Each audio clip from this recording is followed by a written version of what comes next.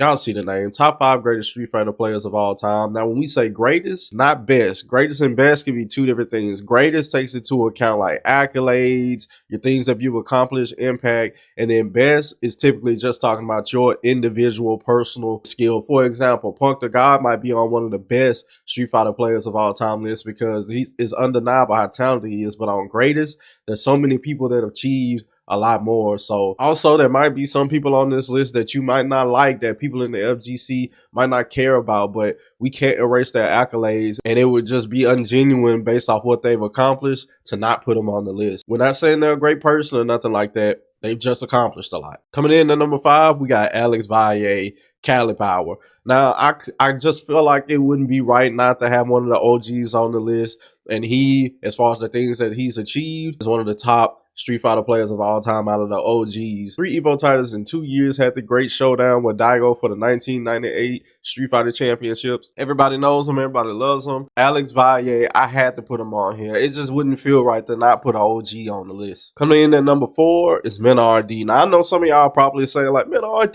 how in the world he on the list already? He's not even been here a long time. Man, look, the stuff Menard has accomplished, many people cannot say they have accomplished it.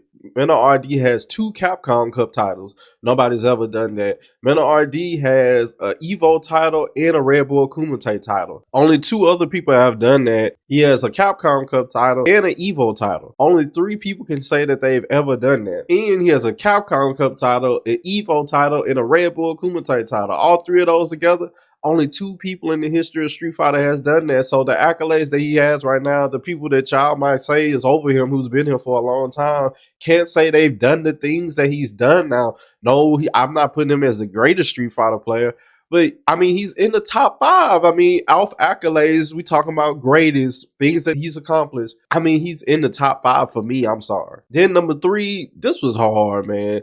This was hard. It was a toss-up. I was going back and forth between Tokido and Momochi. Both legends, both have put on, both have memorable moments and stuff like that. I was finna go with Momochi, but just something in my heart just wouldn't let me do it. I got Tokido at number 3. Now, Momochi, you know, he's got 2 Evo titles and a Capcom Cup title. But the thing that truly separates Tokido don't have the Capcom Cup title. He has the 2 Evos in Street Fighter.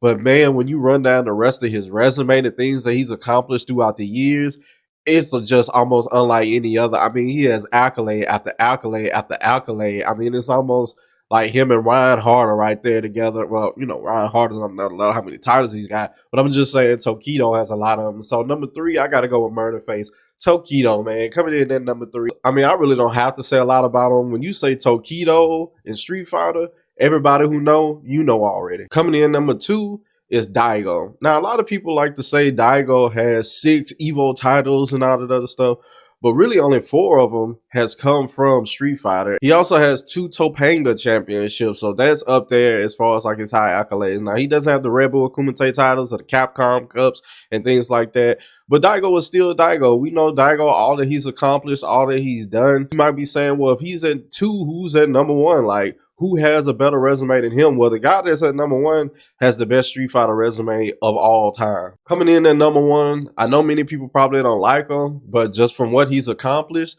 I mean, it's just what he's accomplished. It's on his resume, and that's Infiltration. Infiltration has 5 Evo titles, a Capcom Cup, a Red Bull Kumite, and he has 2 titles from the Street Fighter 25th anniversary. That was one event, one night, the best of the best coming together for the Street Fighter 25th anniversary event. And he took 2 out of the 4 titles that night with the best in the world there. I mean, that's 5 Evo titles, 2 Street Fighter 25th anniversary. That was one night only. And he took 2 of them, a Capcom Cup title and a Red Bull Kumite title.